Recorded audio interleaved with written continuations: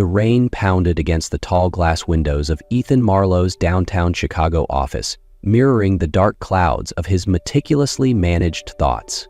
Inside the spacious room, every detail spoke of control, from the perfectly aligned architectural blueprints on his desk to the minimalist decor of the space.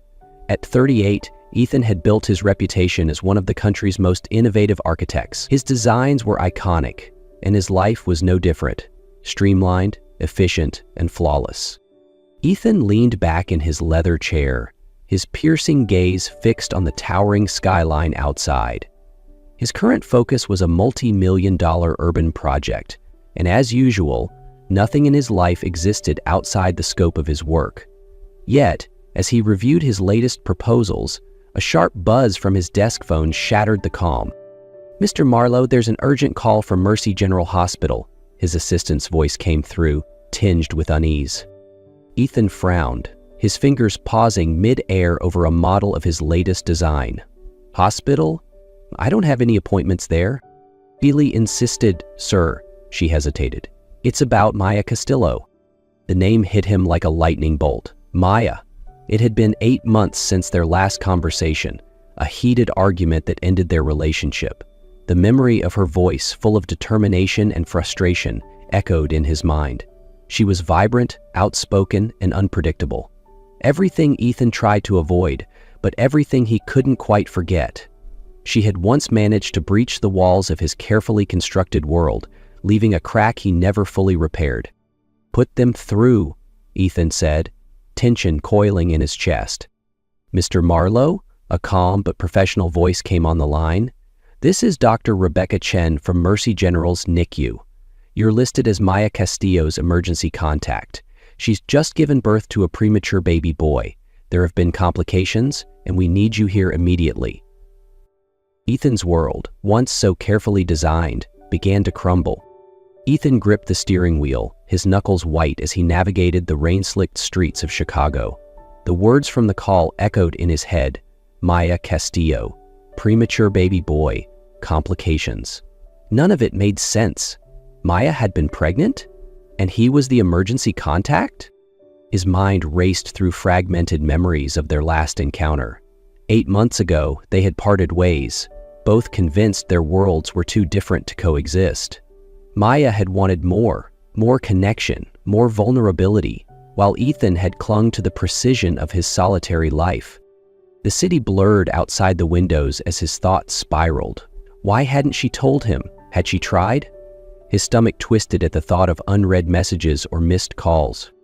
The towering facade of Mercy General Hospital came into view, its glowing sign piercing through the storm. Ethan pulled into the parking lot, his pulse thundering in his ears. Inside, the antiseptic smell hit him immediately, sharp and clinical, unlike the comforting leather and coffee scent of his office. The steady hiss of ventilators and rhythmic beeping of monitors filled the air, each sound driving home the fragility of the lives within these walls. A nurse directed him to the 6th floor. The elevator ride felt eternal, each ding tightening the knot in his chest. When the doors opened, the cold blue light of the neonatal intensive care unit, NICU, greeted him, along with a wall of unfamiliar sounds. The steady beeping of monitors, the hiss of ventilators, and the quiet murmur of concerned voices. "Mr. Marlowe," Dr. Rebecca Chen greeted him at the entrance, her expression composed but serious. "Thank you for coming.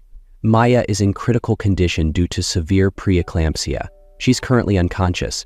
Your son, Oliver, was born at 31 weeks. He's stable, but very fragile." "My son?" Ethan's voice cracked, the word foreign on his tongue. "This way," Dr. Chen said, leading him deeper into the ward. Ethan followed Dr. Chen through the maze of the NICU, the world around him a blur of machines and tiny lives encased in incubators. The steady beeps of monitors felt like a foreign language, one he was unprepared to decipher. "This is your son," Dr. Chen said softly, stopping in front of an incubator tucked in the corner. Ethan froze. Inside, a tiny figure lay surrounded by wires and tubes. Oliver's skin was nearly translucent, his chest rising and falling with mechanical precision under the assistance of a ventilator. The smallness of him, no bigger than a loaf of bread, was overwhelming. Was born at just over 3 pounds, Dr. Chen continued. He's stable for now, but will require surgery to correct a heart defect. We'll need your consent to proceed. Ethan stared at the child, his child, struggling to process the enormity of what he was seeing. He had designed skyscrapers, bridges, entire cityscapes, but none of that prepared him for the vulnerability of the life in front of him. A pang of guilt struck him as he realized how many moments of this journey he had already missed. "Can I touch him?" he asked, his voice barely audible. Dr. Chen nodded. "Use the port in the incubator. Be gentle." Ethan reached through the clear plastic barrier, his hands trembling. His finger brushed against Oliver's impossibly tiny hand, and to his shock, the baby's fingers curled instinctively around his. The touch sent a jolt through him, something raw and unnameable. "He's a fighter," Dr. Chen said, her voice steady but warm. "Premature babies like Oliver face a lot of challenges, but he's holding his own so far." Ethan swallowed hard, unable to tear his eyes away. He felt a surge of emotions he couldn't name: fear, guilt, and something unfamiliar. "Hope?" The doctor handed him a clipboard. "The surgery needs to happen within the next few hours. To give him the best chance, we need your signature." Ethan's gaze shifted to the consent form, the weight of the pen in his hand feeling heavier than anything he'd ever held.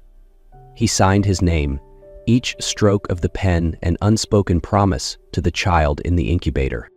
As he handed the form back, Ethan whispered, "Fight, Oliver, I'll be here." For the first time in his life, Ethan Marlowe felt the foundations of his meticulously constructed world begin to shift. Ethan sat in a quiet corner of the NICU waiting room, the weight of the consent form still heavy in his mind. His thoughts were interrupted by a nurse approaching with a small bag. "These are Maya's personal items," she said gently. "You might want to look through them. It could help." Ethan nodded, his throat dry, and accepted the bag. Inside, he found a journal with a worn leather cover. As he flipped through the pages, Maya's familiar handwriting filled the lines. The first few entries were light-hearted musings about her pregnancy, her cravings for spicy food, the excitement of the first ultrasound. But as he read further, the tone shifted. "Week 24. The doctor says it's a boy. I wish I could tell Ethan, but he's built so many walls. Would he even want to know? Still, I believe he'd be a wonderful father, if he let himself. Week 28. The preeclampsia diagnosis is terrifying. The risks are real, but this little one is strong. I just have to hold on a little longer. I've never fought this hard for anything." Ethan's hands shook as he read entry after entry, each one a testament to Maya's strength and unwavering hope. She had faced every challenge of her pregnancy alone, carrying the weight of both her health and their son's survival. At the bottom of the bag, Ethan found a USB drive. With a mix of curiosity and dread, he borrowed a laptop from the nurse's station and plugged it in. Maya's face filled the screen, her eyes tired but determined. "Week 16, her voice said, slightly muffled by the recording. "This is for you, little one. One day, when you're older, I hope you'll know how much you were loved from the very beginning." She paused, her expression softening. "And for Ethan, if you're watching this, I hope you know I never stopped believing in you, even when you couldn't believe in yourself." Ethan sat frozen, tears stinging his eyes as guilt and admiration washed over him in waves. The videos played on, each one capturing Maya's dreams for their son and her unwavering belief in Ethan. A belief he was only now beginning to feel he could live up to. Her words felt like a lifeline, pulling him from the isolation of his guilt and into the realization of how much he'd missed and how much he needed to change. For the first time in years, Ethan let the tears fall freely. "I'll make this right," he vowed silently, gripping the journal. "For her, for Oliver, for us." The late-night quiet of the NICU was shattered by the sudden, frantic beeping of Oliver's monitors. Ethan, seated nearby with Maya's journal in his lap, bolted upright as a team of nurses rushed to his son's incubator. "What's happening?" he demanded, his voice breaking. Dr. Chen appeared, her expression calm but serious. Oliver is showing signs of a systemic infection. We've started antibiotics, but his immune system is very weak. The next 24 hours will be critical. Ethan's knees felt like they might give out. Is there anything I can do? Dr. Chin placed a reassuring hand on his shoulder. Talk to him. Premature babies respond to familiar voices. It can make a difference. Ethan pulled a chair close to the incubator, his hands trembling as he reached for the clear plastic barrier. His son's tiny chest struggled to rise and fall, and the sight pierced Ethan in a way he didn't think possible. Hey, Oliver, he began, his voice hoarse. It's me, your dad. I know you're fighting hard. I need you to keep fighting, okay? Your mom's not awake yet, but she's a fighter too. You've got her strength. You've got this. Through the night, Ethan stayed by Oliver's side, speaking to him softly. Between whispers of encouragement, he played Maya's video diaries on his phone, letting her voice fill the sterile room. Week 30, Maya's recorded voice said. The doctors are worried, but I'm not. You're strong, Oliver. You've got your father's determination and my stubbornness. That's a winning combination. The hours crawled by, each beep of the monitors a lifeline. By morning, Dr. Chen returned with cautious optimism. His fever is responding to the antibiotics, she said. He's not out of the woods, but this is a good sign. Ethan exhaled a shaky breath, his head dropping into his hands. For the first time in days, he felt a spark of hope. Thank you, Oliver, he whispered, glancing at the tiny fighter in the incubator. You're showing me what it really means to be strong. Ethan was pacing the NICU corridor, his phone silent in his pocket, when a nurse approached with a cautious smile. Mr. Marlowe, she said softly, Maya Castillo has regained consciousness. She's asking for you. The words hit him like a wave. After weeks of uncertainty, Maya was awake.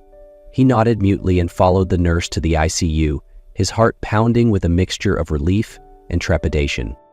Inside the room, Maya lay propped up slightly, her face pale, but her eyes, those familiar, fierce eyes, were open and alert. She turned her head as he entered, her gaze locking onto his. Ethan, she whispered, her voice raspy from disuse. He crossed the room in 3 strides, pulling a chair close to her bed. I'm here, he said, his voice tight with emotion. Her lips trembled. Oliver, is he... He's perfect, Ethan interrupted quickly. He's fighting hard, just like you. The doctors say he's getting stronger every day. Tears welled in Maya's eyes as her head sank back against the pillow. You stayed? I'm not going anywhere, he said, his voice steady. Not now. Not ever again. Maya studied him, searching his face for something. You know, she finally said. Ethan nodded. The journal, the videos. I've been watching them with Oliver. He already knows your voice. Her tears fell freely now, but her expression was one of quiet gratitude. I was so scared you'd never know, that you wouldn't care. I care, he said firmly, taking her hand. I care more than I ever thought possible. These weeks have taught me what it means to love selflessly, to be someone worthy of both of you. Maya squeezed his hand weakly, her tears mixing with a soft, tired smile. Tell me about him, she murmured. Tell me everything I missed. And Ethan did, recounting every precious moment. Oliver's first grasp, his progress in weight, his small but mighty fight for life. As he spoke, he realized that this was the beginning of something new, something that had the power to heal all the fractures of their past. The day was crisp and clear, a bright autumn morning in Chicago, as Ethan carefully secured Oliver's car seat in the back of his SUV. Maya sat beside their son, her hand resting protectively on the blanket tucked around him. After 93 days in the NICU, they were finally bringing Oliver home. Drive slower than usual, Maya said softly, her voice still tinged with fatigue but steady. Ethan glanced at her through the rearview mirror, a small smile on his lips. Slower? I'm practically crawling. The hospital had given them detailed instructions, from feeding schedules to emergency protocols, but no list could prepare them for the sheer enormity of the moment. For Maya, it was the culmination of months of sacrifice. For Ethan, it was the first chapter in a life he was only beginning to understand. When they arrived at the penthouse, Ethan carried Oliver's car seat while Maya leaned on a cane for support. Inside, the sleek, modern space had been transformed. Family photos lined the walls, and soft rugs and plush throws added warmth. In the nursery, the painted stars glimmered on the ceiling as sunlight poured through the windows. "This is your room, Oliver," Maya whispered as Ethan placed him gently in the crib. Ethan stood beside her, his arm around her waist. "Welcome home, buddy," he said softly. They stayed there for a long moment, gazing at their son as he slept peacefully under the constellation of stars. For the first time in months, the weight of fear and uncertainty lifted, replaced by a quiet, hopeful resolve. "We did it," Maya whispered, resting her head on Ethan's shoulder. "No," Ethan corrected, his voice full of emotion. "We're just getting started." That evening, the penthouse felt alive in a way it never had before. The quiet hum of the baby monitor mingled with the soft glow of warm lighting, and the faint scent of lavender from a nearby diffuser filled the air. Maya rested in the rocking chair, gently swaying as she watched Oliver sleep in his crib. Ethan sat nearby, his laptop open, but it wasn't work that occupied his screen. He was scrolling through photos from the NICU, Oliver's first day, his first bottle, and the moment Maya had finally met him. Each image was a reminder of the journey they had endured to get here. "You've been quiet," Maya said, her voice soft but curious. Ethan looked up, his expression thoughtful. "I've just been thinking. For years, I thought success was measured in blueprints, awards, and profit margins. But sitting here, watching him sleep, I finally get it." Maya tilted her head, waiting. "It's not about what I've built out there," Ethan said, gesturing toward the city skyline beyond the windows. "It's about what we're building in here." Maya reached for his hand, their fingers intertwining. "It's never too late to start over, Ethan, to build something real." He nodded, his voice steady but full of emotion. "No more running. No more hiding behind work. I want to be here, with you, with him, for every challenge, every laugh, and every imperfect, beautiful moment." As they sat together, the quiet was broken by a soft whimper from the crib. Instinctively, both parents moved Maya to the rocking chair and Ethan to the bottle warmer. Their movements were fluid now, practiced and confident. With Oliver nestled in her arms and Ethan seated beside her, they found their rhythm, not as individuals but as a family. The painted stars above glimmered softly, reflecting the light of the city beyond, as the Marlowes embraced the imperfect, unpredictable, and beautifully real life they were creating together. This wasn't the end of their story, it was just the beginning.